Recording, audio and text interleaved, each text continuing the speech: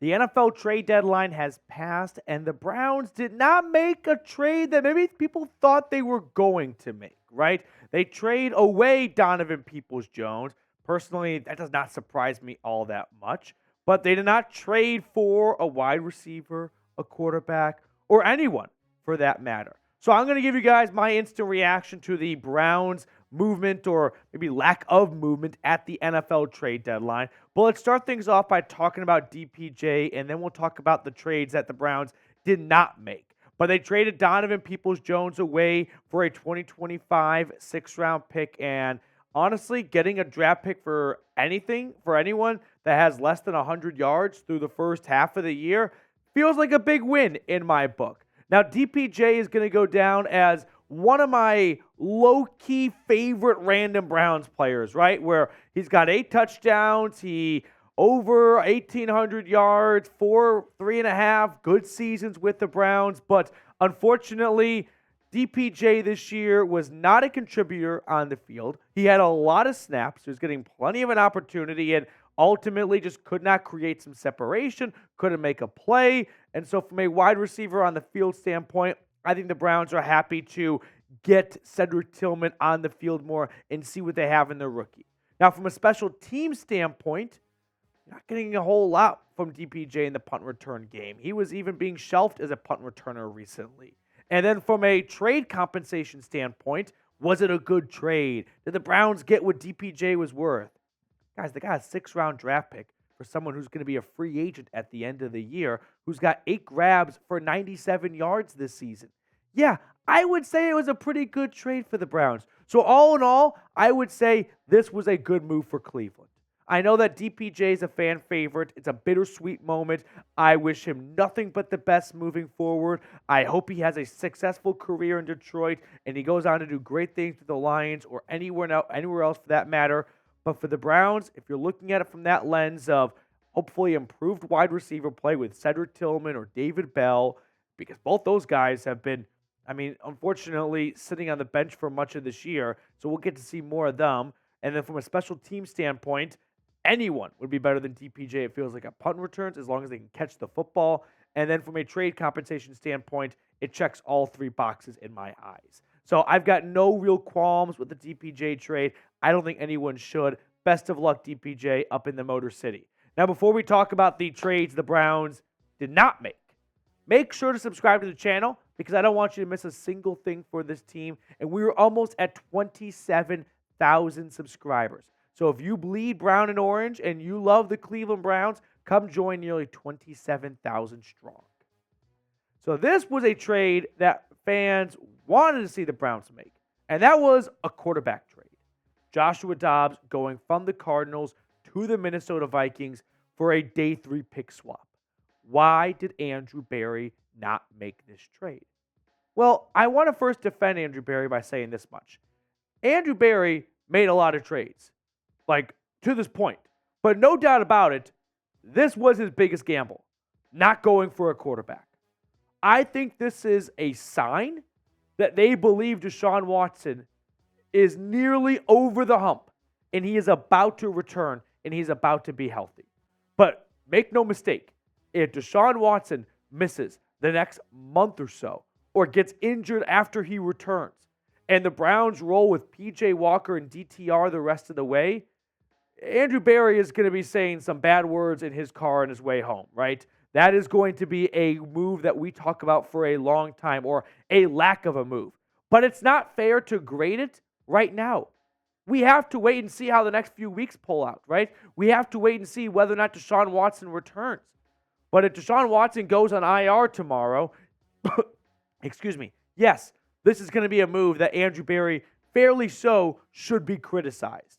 But if you're mad about Andrew Berry not trading for a wide receiver or Chase Young, well, I'll tell you why you're wrong in just a second.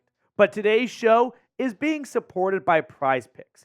Prize Picks is a daily fantasy sports app where all you have to do is pick more or less for 2 to 6 player stat projections, and you can win up to 25 times your money on any entry.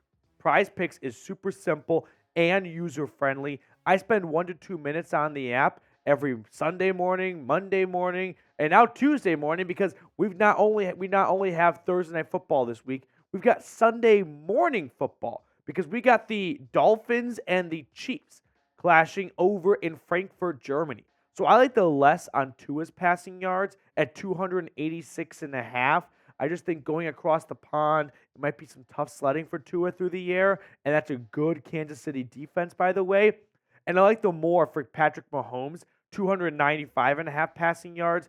He will bounce back after a loss in Denver. So if you're going to the game or you're going to the bar, you're hanging out with some friends, start making some money this week on Prize Picks. There are so many excellent options out there, and you can go to prizepicks.com/CLNS and use code CLNS for a first deposit match up to $100. The link for that is in the comments and description of today's video. Prize Picks, daily fantasy sports made easy. So take quarterback out of the conversation for a moment. If you're upset that the Browns did not go get a wide receiver or an edge rusher, I'm here to say Andrew Berry, he already made his trades. Andrew Berry has already gone out and he has made a handful of trades, okay? He has been very busy for the last 2 years or so in the offseason making trades. He went out and traded for a wide receiver already. It's Elijah Moore. He went out and traded for an edge rusher already. His name, Zadarius Smith. So if you're upset that the Browns did not trade a third-round pick for Chase Young, I have two questions for you. One, how big of a Buckeyes fan are you? Because my guess is you really just want Chase Young because you want to have your favorite school and your favorite pro team collide and have Chase Young go to the Browns. Because Chase Young for a third definitely feels like a bit of a steal. But if you look at the raw numbers, if Chase Young went to Alabama, would you be furious that they did not trade for Chase Young? Probably not as mad. And if you're mad that the Browns did not trade for DeAndre Hopkins or a wide receiver, I understand that there is a little bit of, kind of wish they added a playmaker. But Andrew Berry is not the guy to blame for this. Andrew Berry has made his trades. He got Elijah Moore, Zadarius Smith, and Amari Cooper, and a hell of a lot more guys through the trade department. So Andrew Berry has been very busy making trades. The fact that he has to get ridiculed and criticized for not making more trades, when he put together a really good roster, and it just needs to play better, and we're only at the halfway mark of the season, I think it's a little bit of an overreaction.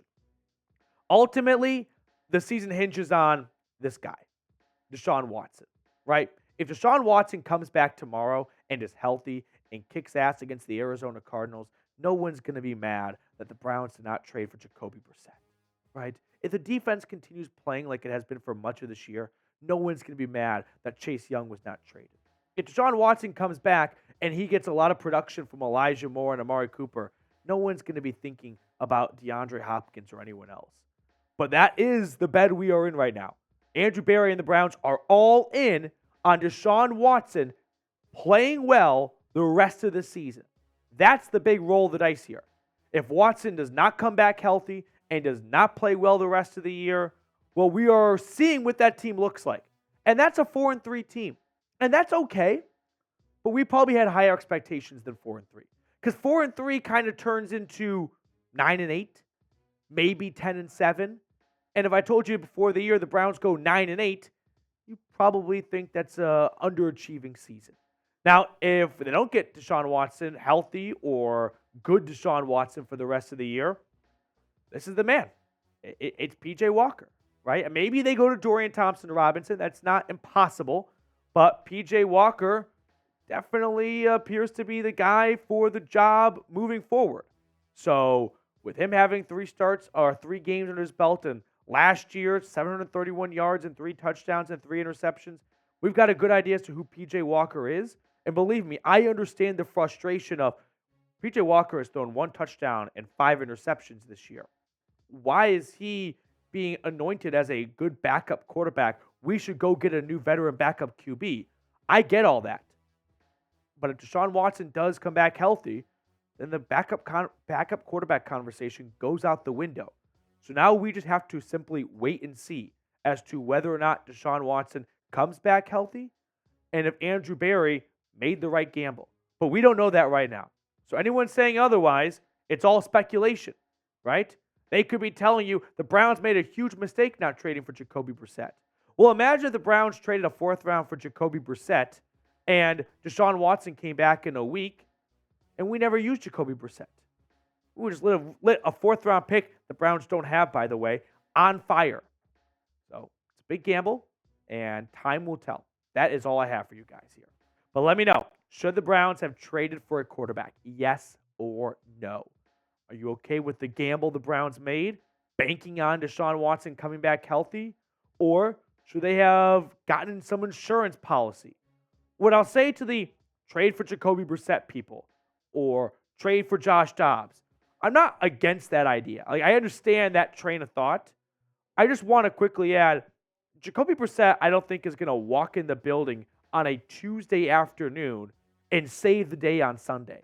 Like, we're in the middle of the year.